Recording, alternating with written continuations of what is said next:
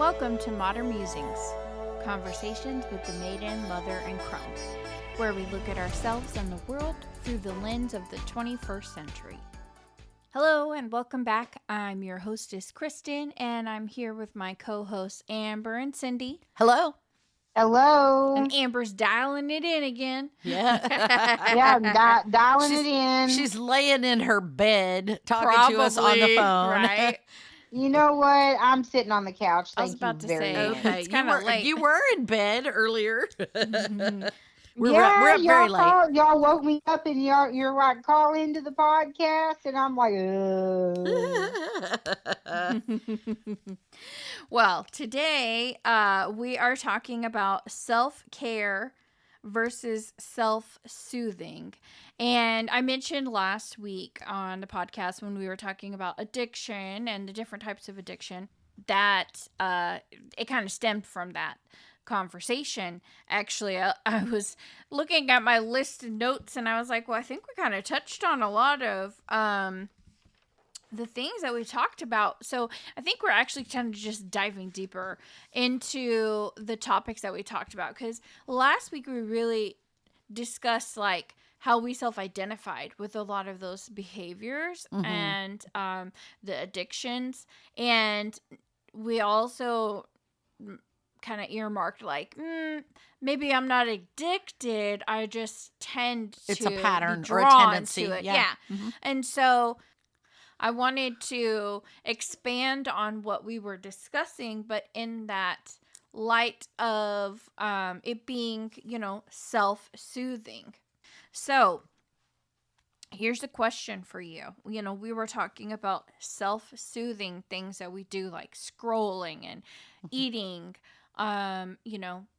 smoking, drinking, playing our games, right? Maybe at this point in our lives, it's not an addiction for some of those things. But it could become one. It could become one. And, but the question is, when we talk about self-care, we're thinking about how we are caring for ourselves, right? Self-care, if you were a nurse to yourself. Right.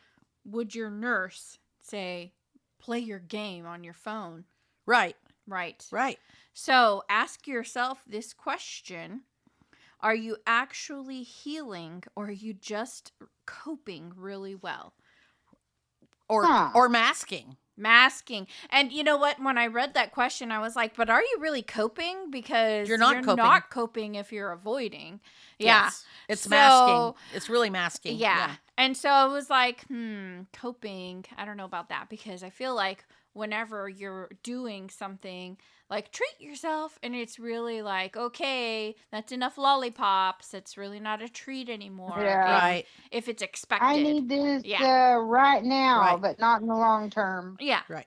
So it's not really coping at that point. No, it's not. Not everything feels good is actually good for you. Well, that's true. Yeah. So, there's a difference between, these. And so I wanted to dive into them. I think we pretty much touched on the ones that I had written down. Scrolling, emotional eating, binge watching shows, retail therapy. Those are literally the ones like I just thought of go to. Right. And so yes, we've already identified those are all self-soothing. They are not self-care. Yeah. I like your analogy about the nurse. Would a nurse tell you to do that? And really, that's the main difference between self-care and self-soothing. Is self-care is taking care of your mind, your spirit, and your body, not patching, covering up holes or covering up things that are broken and pretending they're not there. Mm-hmm. It's actually mending them, doing the things that make you healthier. So eating a donut because you had a bad day is self-soothing, because it doesn't fix anything. It doesn't fix anything. It might make your mood better, but it doesn't fix the problem. And and Well, in the long run, it just makes the problem worse. it does. It especially- actually does. And I think we talked about this too in an older episode a long time ago. I think we did an episode called "Self-Care is Not Just Bubble Baths," and I don't even remember what we talked about on that. But we talked we've grown so much since then. Well, too. we have too. but we talked. We talked about. A lot of people say, "Oh, well, I every Friday night I take a bubble bath and that's my self-care." That's a valid point, but it's not just about getting manicures and pedicures and taking a bubble bath. It's not about making yourself feel girly or doing some pampering. That's internet social media self-care. Absolutely. Yeah.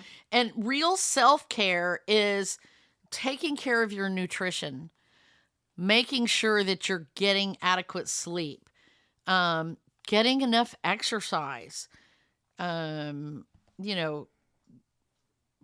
through that shadow work that gives you a hard time. Even though it feels stressful, what you're doing is eating. When you're doing that shadow work, you're nibbling away at the blocks and the bad things that are, I say bad things, the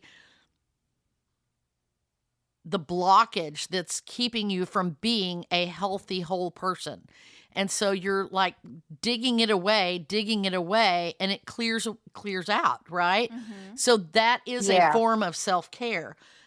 Facing the trauma that you have grown up with and had all your life, and dealing with it. Those things are all self-care. But and sometimes taking time off from work, taking a vacation, doing something fun, those are also self-care. As long as that's not the only thing you're doing for self-care. Does that make sense?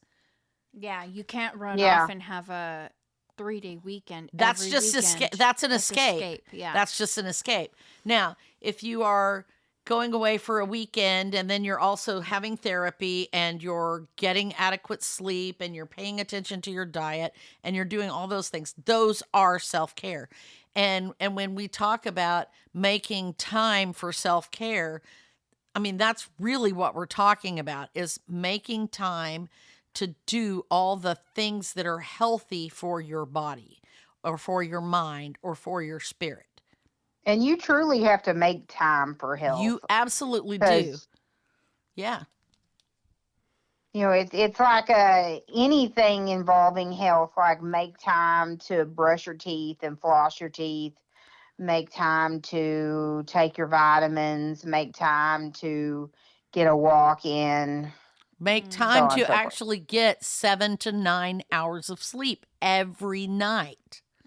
And if you're regular, That's a toughie. it is a toughie.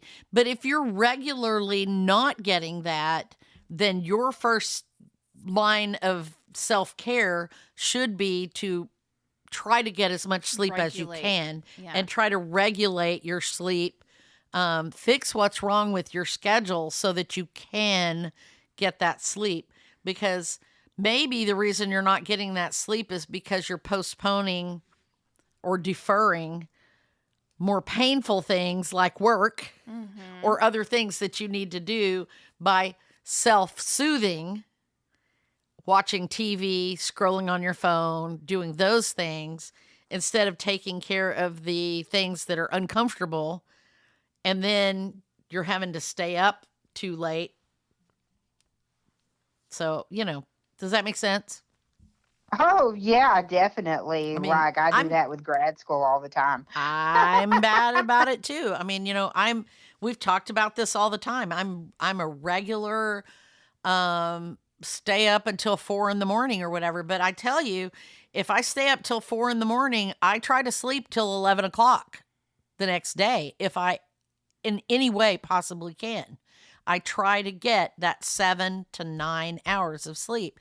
And if I go a couple of nights and I've only had 5 or 6 hours of sleep, then I try to make up for it on the weekend or on the next possible opportunity, and I'll try to get like 10 hours of sleep or something, because you can actually make up for lost sleep. They used to not believe that you could, but now they know that you can. You don't want to do that on a regular basis, though. You don't want to have like a 2-hour night and a 5-hour night and a 4-hour night and then sleep till 10 hours, yeah. or something 3 times in a row. Golly, That's I self- would need to that's like self-soothing. sleep for. That's because it's self-soothing. avoidance Yes. and- yeah. Yes. So get that good regular bedtime routine and make that time for that. Make your walk time the time you call your sister or your parents and you're talking on the phone while you walk your 30 minutes or whatever. That's not you can there's a lot of different ways where you can double task things, what am I calling? What do you call that? Multitask. Sorry, I'm having old lady. I was like, I'm double having tap? grown. I'm having grown. I'm having crone brain over She's here. got Really. grown crone brain. I do. My grown No. crone brain. Crone dome. Right. Well, Shoot, I am it not is. bald. It's chrome dome. I am not bald. I promise you guys, I am not bald. Chrome dome. Chrome dome, right? Well, that was my husband. No, no, not really though. Only in one spot. Yeah. But yeah, I mean, and like I say, there's nothing wrong. I'm not saying don't get the mani-pedi, because it is soothing, self-soothing, and it makes you feel good. It gives you that little dopamine high, And it is technically medically necessary. Yeah, you have to take care of your necessary to nails, take clean care your of nails, and clean your feet. toenails, Yeah. take care of all that stuff. Yeah. So we're but- not knocking the mani-pedis. No, but I'm just saying that can't be your only. when you're mad at your boyfriend, getting your nails done does not fix the problem. It does not fix the problem, and Yeah. it's not self-care. You're not taking care of yourself. Mhm. You're just soothing. And massage, I will say massage is a little bit different though, because massage can also be self-care if you're having physical pain in your body, and it treats that and relaxes you, so Yeah. but it can also be self-soothing. So you have to watch that one, make sure that you're doing it not just to cover up the, not just to self-soothe. I'm trying to think of some other things. No happy ending massages. Well, Go back to that addiction. No. All right.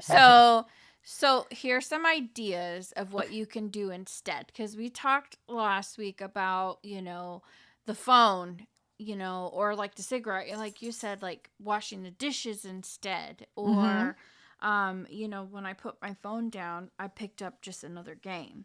And how that can be, it's self-soothing, right? Yes. Even though I tell myself this is my relaxing time,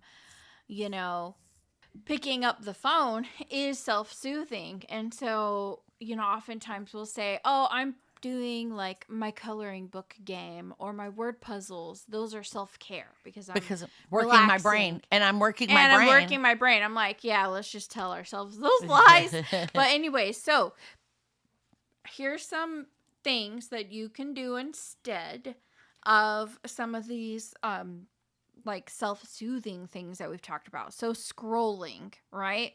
We think, oh, it's me time. I'm going to scroll on my phone, right? Because that's the thing we say is like, oh, it's me time. It's my personal time, like before bed. That's my quiet time. Maybe not everybody says that, but I know Amber be scrolling on her phone like me before she goes to bed. Well, and there's reasons why that's a bad one to do. Well, too. I know, yeah. So we know about blue lights and stuff. But Right.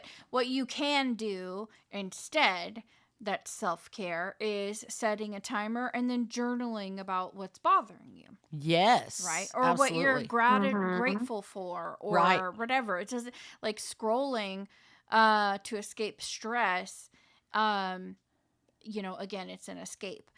Emotional eating when overwhelmed, because we talked about that one too. Eating bad one. I intentionally do and it all the time. asking, what do I actually need right now? That's self-care. Eating intentionally, Right. meal planning, and prepping out healthy Right. foods. Well, That's self-care. And there was a Dr. Oz. I can't remember if it was a Dr. Oz episode or if it was a Dr. Oz when he was on Oprah, but he was talking about there's only four things that your body physically needs, and food is the last of the four. Right. And usually when we are hungry, our brain is saying hungry, eat. It's not really hunger most of the time. Yeah. Water. Yep. Is like a big one on that one. Water, sleep. When we are tired, we crave food, particularly carbs, because carbs wake us we're up. tired and we're like, oh, if I'm going to keep staying up, I might as well eat. That's a lot of times why you get the midnight munchies. Right. And it keeps you awake because you're like doing hand to mouth with chips or nuts or crackers or something, right? Sex. Actually, your body actually does physically need sexual release. And a lot of times people put that off in favor of food. I know that's hard to imagine. Interesting. It's hard to imagine. And then there's food. So the next time, if you're trying to beat a food addiction, stop yourself. Okay. If you're trying to beat a food addiction, do a sex addiction instead. Right.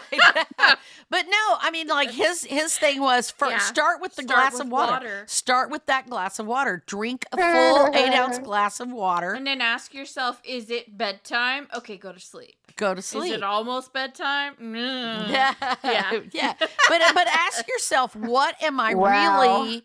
Honestly, though, would you rather what do I have need? the donut or the bronut? Oh my gosh. I said it. My, she said it. She did. Just saying. Just saying. Hey, a solution. I don't think that has to be edited, does it? No. No, it doesn't have to be edited. Okay. So, I mean, really, seriously, though, think about it. Think about what you really need, what you really... because a lot of times when you're craving food, you're either frustrated, bored, you're bored, you're emotionally, you need affection, you need attention, you need to, that dopamine rush. Well, and it's not just that. It's like, seriously, you want affirmations, you're just lonely or whatever, and there's lots of fixes there before you turn to the food. Yeah. So.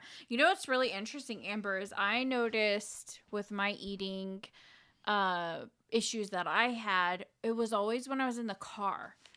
And I was always like, why is it that I always like see all the food places and I'm like, Taco Bell, no, McDonald's, no. And it was like I saw all the food places and I would get like almost all the way home.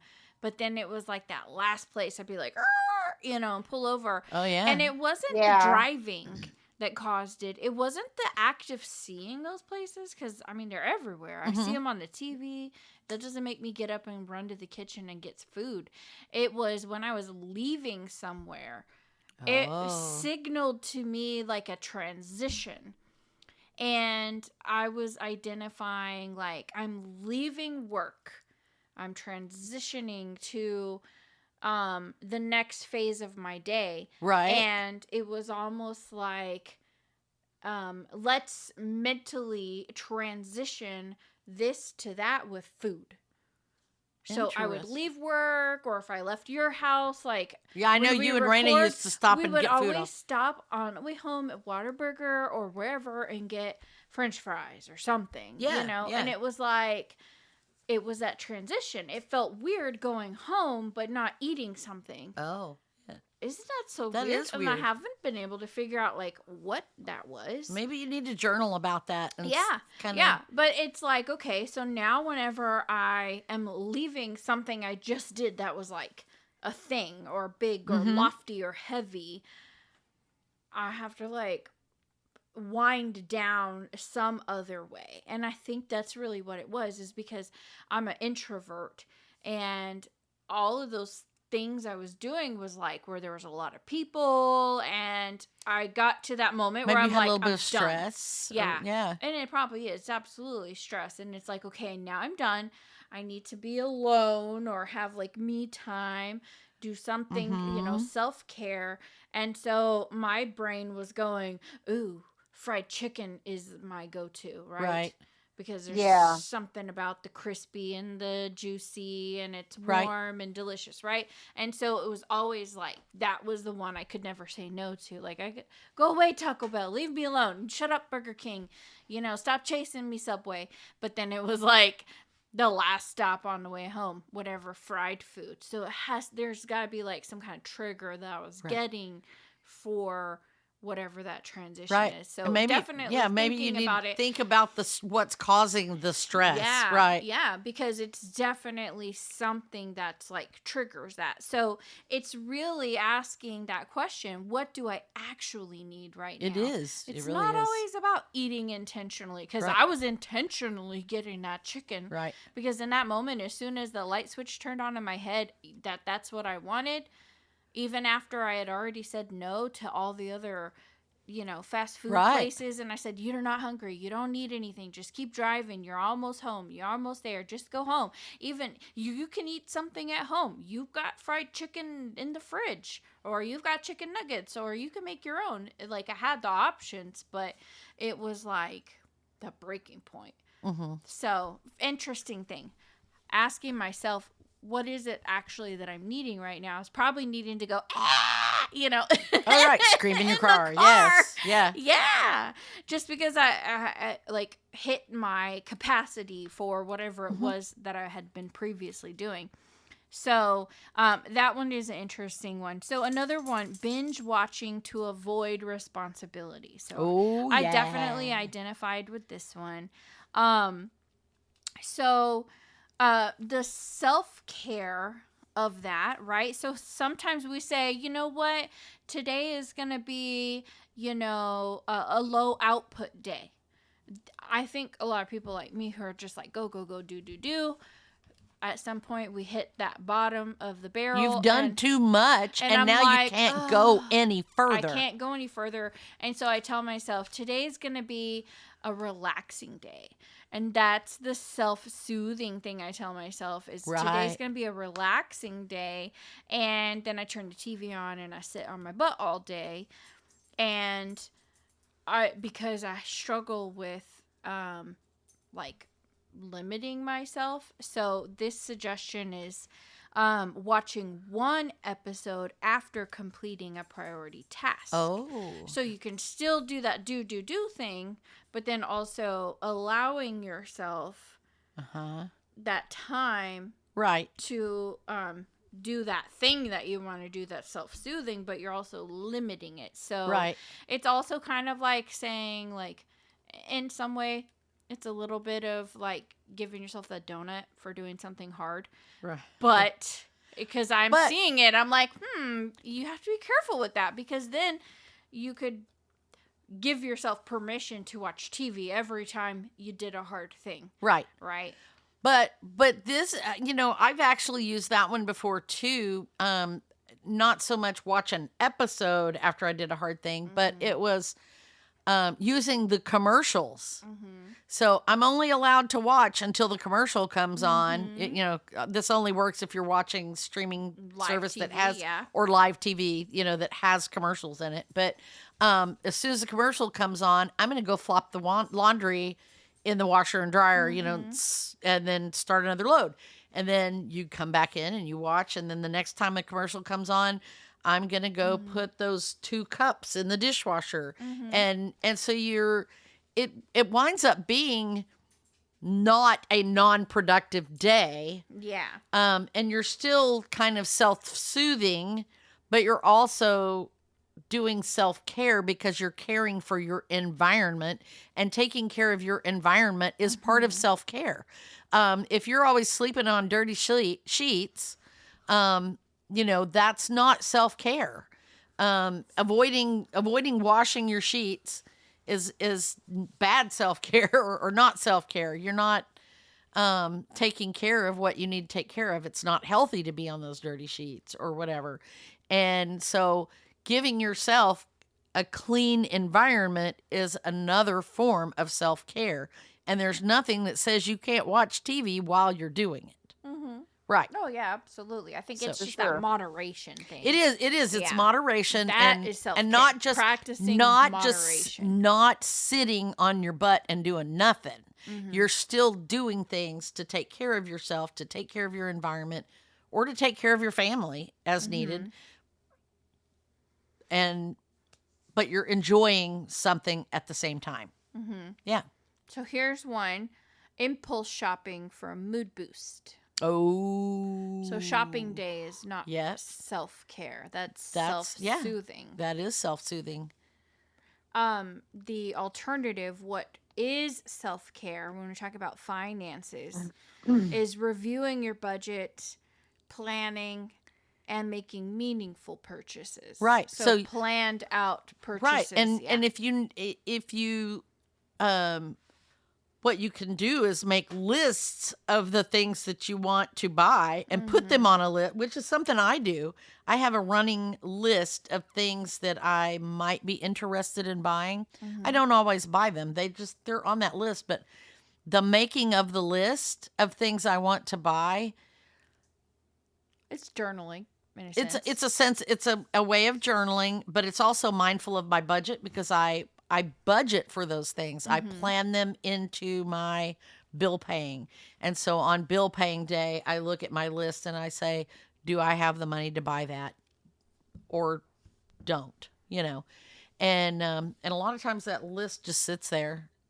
Sometimes they just sit on that list for a long time and I never buy them. So, here's one that it's funny for me because I didn't ever really think about this, but I do it. Oh. Ignoring texts or emails you don't want to deal with. Now, So I don't consider that self-soothing. I just consider that avoidance. But It is I'm sure avoidance. that some people might consider that, I'm just going to put my phone on do not disturb today and ignore the world, self-care. now that is self-soothing by Yes. ignoring In all a the sense, texts. yeah. Um, So, the ones I never put my phone on do not disturb unless I need sleep or I'm doing something like editing a podcast and I don't want to stop, right? But I do avoid hard text messages sometimes, but not for the reasons that you think and not totally avoid them. What I do is I give them time. So I tell myself I can't answer this right now because it's a hard one and I'm going to yell at this person if I answer them right now, right? So Right. I'm going to let myself cool off before I answer this text so that I don't say something I will regret. And when I do so, I'm going to, when I finally do answer it, and I don't wait, more than it, I answer within 24 hours, and usually within 12. But I will wait and let myself cool down about it, and I think about it, and then I deal with the message.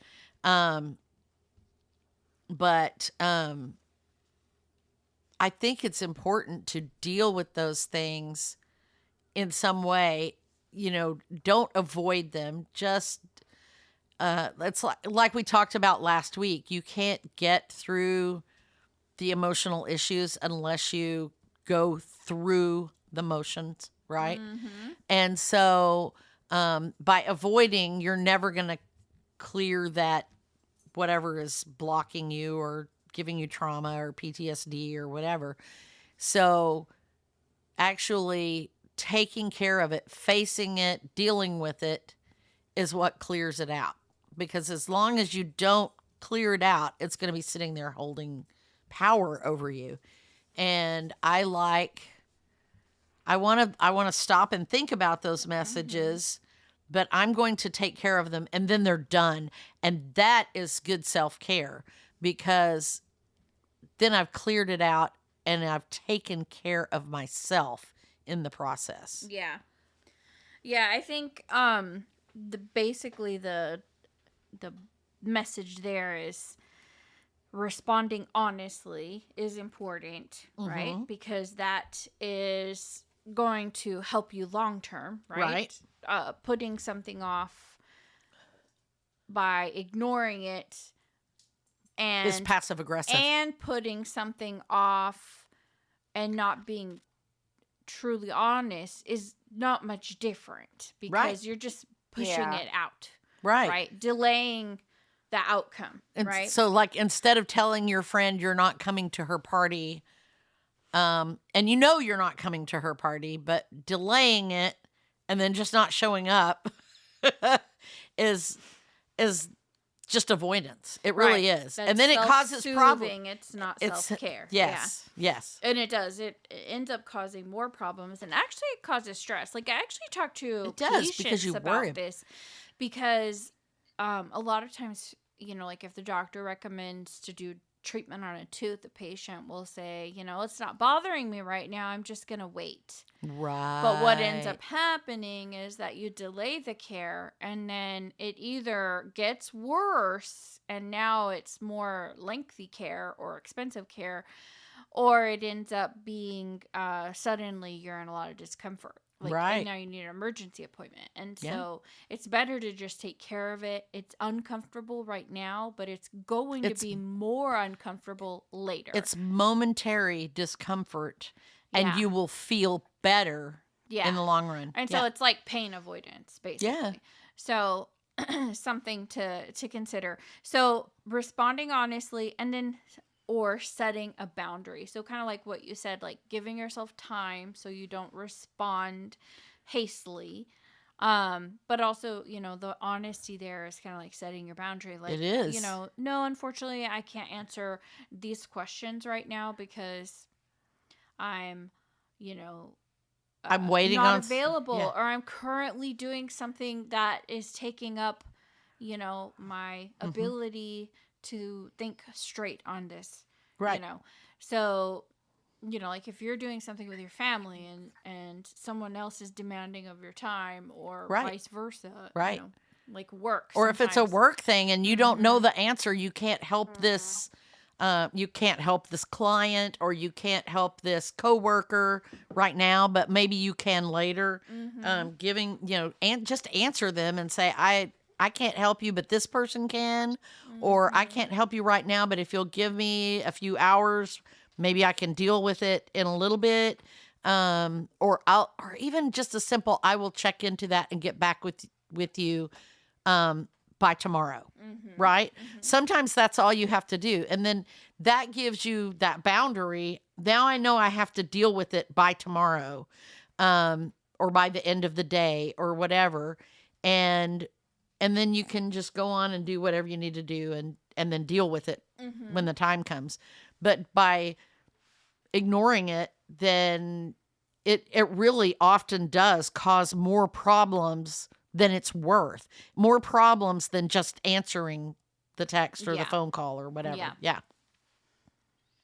So I think we talked about sleeping, right, and avoiding the day, but resting, like actual self-care would be resting with intention, right, still honoring your commitments.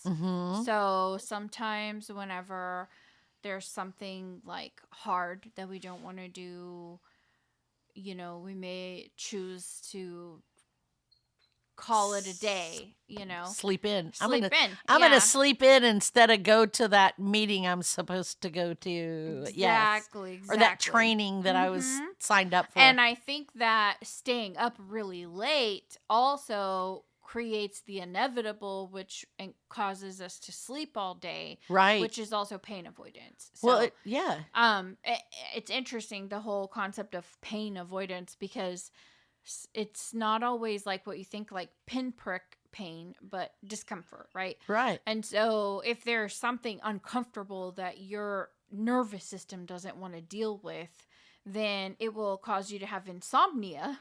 Yes. And then suddenly when you do fall asleep, you're just tired, right? And then you sleep all day, and then now you can't go. Right. So it's interesting how that works. So And sometimes it's intentional and sometimes it's not. yes. So, yeah. And sometimes it's like subconsciously Right. intentional, right? So you don't even realize that you're doing it. That self-sabotaging that Yeah. we don't even realize. Venting over and over with no change. So this one I was like, oh yeah, that's a really good one, because sometimes you think of like complaining is being, I'm journaling, I'm writing about this, or I'm talking to my friend about it. Complaining can be an addiction. Well, but even just that, like, it's self-soothing to complain, but it's not always self-care. Exactly. So the self-care version of that would be talking it out and deciding the next steps. Right. Figuring out, if you're going to complain about something, then self-care would be figuring out what you can do about it. Yeah. Right. Yeah. Yep. If you're just complaining, then you're not helping yourself at all. And then I think that kind of goes down to like the ego and like validating the ego, right? So there's definitely self-soothing, because you're just soothing your ego. The other one that I saw here that was on my list. Where did it go? Oh, this one was kind of like the last one. I think it kind of encompassed a lot of things that I was trying to say earlier. Saying, I deserve this every time you're stressed. Oh, yeah. So I just wanted to touch that sound bite, because we were talking about like soothing ourselves with things like the mani-pedi, or like a massage, or a vacation, right? Yeah, vacation is a great way to give yourself some self-care, but and you do deserve a vacation with your time Yes. off, but yeah, but if it's like that type of thing where every time it becomes the answer or response to everything, then it's now self-soothing. So asking yourself, will this help me tomorrow too? Oh, yeah. So I wanted to tie that in, because when I was thinking about that, and Amber even said, it doesn't help you later, it makes things worse. And I was like, she's got a point there, because then you start stressing about the other things. Pulling into that drive-through is not going to help me tomorrow with the issue or feelings that I have. It's only going to alleviate the moment. The current pain that you're trying to avoid. Just right now. Yeah. Yep. So, basically, building routines that support your future self, not just in the moment. Right. Yes. I like that. So. And the things that you do to self-care should be, take that a little step further. They should be in alignment with what you're trying to do with your life, with your goals for your life. And so again, if it's, is this going to help me tomorrow? Does this help me towards my goals? Does this help me to be the person that I want to be?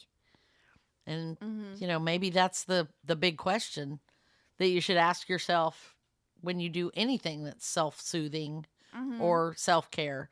Does this help me to be the best version of me? Yeah. And I think it really ties back into, we've talked about self-love before. Oh, yeah. And self-care is self-love. Yes. Right? Because if I was taking care of somebody that needed me to take care of them. Somebody you love. Right? Right. I would do those things. I would feed them healthy intentionally and ask them, what do they need right now? Right? Not just, here you go, eat, keep eating, eat more, right? Eat these French fries, eat more French fries. Keep have putting them a in your mouth, right? And then, watching episode after episode. No, that's all you can do. Just sit right there. Just stay there. I don't want to hear it.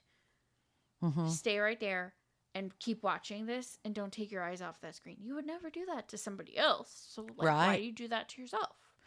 Or, you know, if you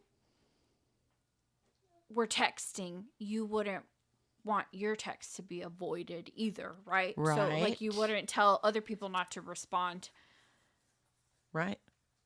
So kind of going back to like that nurse idea too, right? Like a nurse is only going to do like the good things for you to help you. They're not going to hurt you or let you do things that hurt you.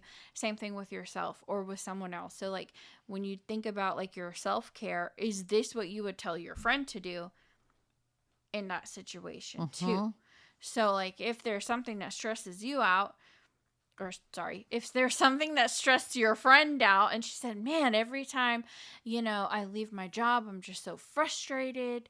You know, you wouldn't be like, girl, pull over and get you some chicken tenders from Golden Chick. Because it's going to solve the problem. Right? Your friend's going to look at you and be like, no, it's not. You know, that's not going to help me.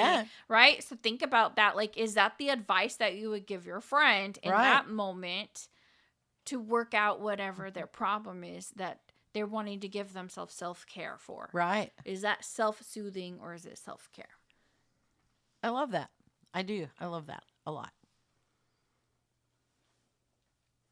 So, with that being said, I definitely have, like, after talking it out, like, even after, you know, last episode talking about those things where I was like, dang, I think I have, like, all of those addictions, you know? Like, I got some work cut out for myself here. I don't have all of the addictions. However, I do think what it is that, I have a brain that looks for relief in multiple ways, and I need to find different ways to change those pathways, those neural pathways that keep trying to make connections that don't connect, that shouldn't connect. Right. Right.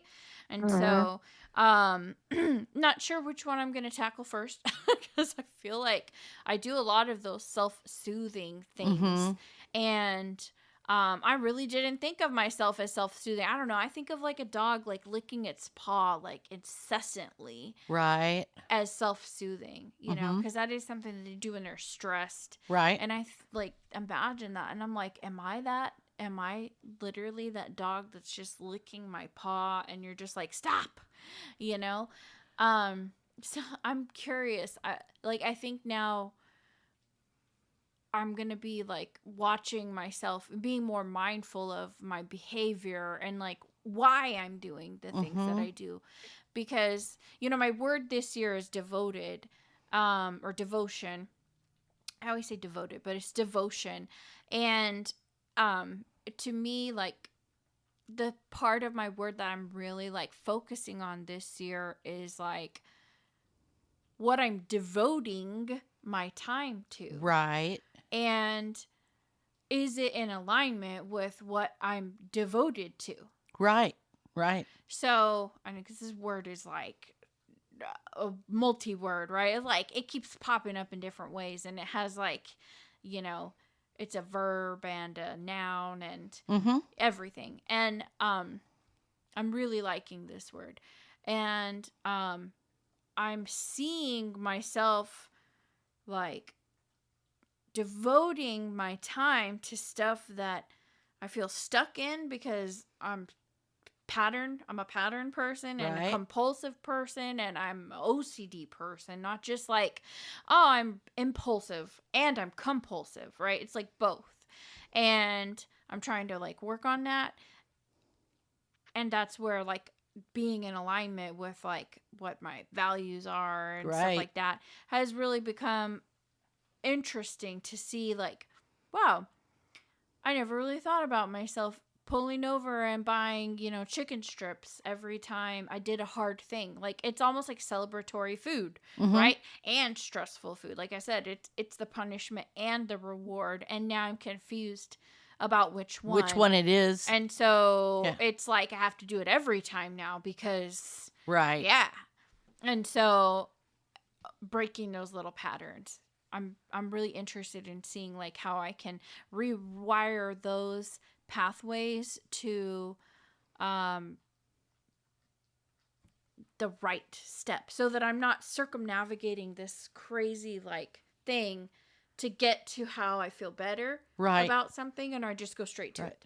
Right. So I know that was a weird like way to explain it. You couldn't even see my arms moving. Nope, we can't see your. Well, I can see your arms moving, but nobody else can. Yeah, but anyways, I certainly can't. But I liked that what you said. Self-care is mending the mind, the body, and the soul or the spirit. It's there's a difference between restoring your soul and numbing your stress. Yeah. And so I think that is really like what my word is this year. I'm devoted to that. Right. Devotion to that. So with that being said, what are we talking about next week? Next week, we are going to dive back into Anatomy of an Epidemic. This will be part 3 of our series about the book by Robert Whitaker, and I'm hoping it'll be the last one. I think I can wrap it up in this one. We might have a fourth, but I'm pretty sure I can wrap it up in this third episode. I'm hoping, because I'm ready to move on to something else now, and y'all have some interesting books coming up in a couple of future episodes that we're going to tackle. And those might need more than one episode as well, those books. They very well might. In fact, I think one of them, we're doing Atomic Habits and Tiny Habits. Yes. Amber's got Tiny Habits and I've got Atomic Habits. And I think we have 2 episodes scheduled for Atomic Habits. Or something that's very much related to it. So, I think. I'm not positive, but and those are coming up pretty soon. So, I know we're tackling a lot of really deep, or I say deep, but a lot of self-care and mental health and goal setting kind of things lately, and I hope you guys are enjoying it. I like this kind of turn that we've taken. I still like doing a little fluff stuff every now and then, but I think that's this is really helpful. It even helps me when one of the reasons I like being on the podcast is I can kind of talk through some of my own things. Like Kristen, doing the research for what we did tonight. She realized we learn, the 3 of us learn by talking these things through. So I hope they're helpful to you listeners as well. And yeah. Join us on our self-reflection out loud. Right. It really is. Right. It really is. That's what we're doing. Our therapy. Join us each week for our therapy session. Yeah. They're approximately 1 hour each. Yeah. Sometimes. Yeah. Mostly. Yeah. Yeah. So. Right. So yeah, that's what we're doing. I'm looking forward to the next few chapters of Anatomy of an Epidemic, because that has been a really eye-opening book that, you're basically like paraphrasing the whole book for us. So, well, I knew you guys would, I've been asking you for 2 years now to read it. So yeah, I've been reading it. Oh, you have? Okay. Yeah, it's really good. It's a hard read because of the science, but I like talking it through because it's like, it helps it sink in with me even more. This is my second time reading it as I'm annotating it for the podcast, and it's, it helps it sink in with me a little better too. Yeah. So yeah. I think just the whole idea of, potential like medication altering the state of mind, right, is just, it's kind of freaky. And when you think about, like, when you said, these drugs were not available 60 years ago. Yeah. And people were healthier. And now I'm wondering statistically how many people are actually on those. So, right. I'm curious. What I was saying is what we're going to talk about next week, because you already blew our minds on 2 episodes about So definitely if you haven't listened to those, go listen to those first, I'm sure, because you probably need some. Right. There's some background Yeah, some stuff. There was, background. like we were talking about last episode, I brought up the thing of dopamine, Mhm. and we talked about dopamine, I believe, in one of the episodes and how dopamine works. Mm-hmm. So yeah, it's good to get a little bit of that background information. Mhm. If you, I mean, you could probably still listen to it without it, but Yeah. it's But, helpful. Obviously you found our podcast, but if you don't know where our podcasts are located, because maybe you found us on YouTube, because hey, we are on YouTube. Anytime our podcast is posted, it looks like you've got some channels on YouTube, or some not channels, but like viewing lists, categories of different episodes. So if you like this one, there's gonna be other ones similar to it.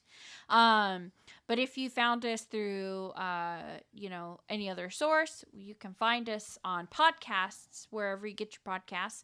You can also find us on Facebook, MMC Chat, where you can chat with us. And we have polls on there pretty often. We may have a poll on what is your self-soothing that you tend to go to. Yeah, so would love to hear what everybody else is self-soothing. I would send a challenge out before I let you guys all go. Pick one, that you've been living in, and swap it for a that this week. Just one. So if you identified with a I bunch like of them, that. but I if like you felt that. one you were really living in, pick one And change it and just change once. it to one of the that's. Mm-hmm. The this for the that. That's a good idea. I challenge you. That's a great idea. And with that, we bid you adieu. Bye. Bye.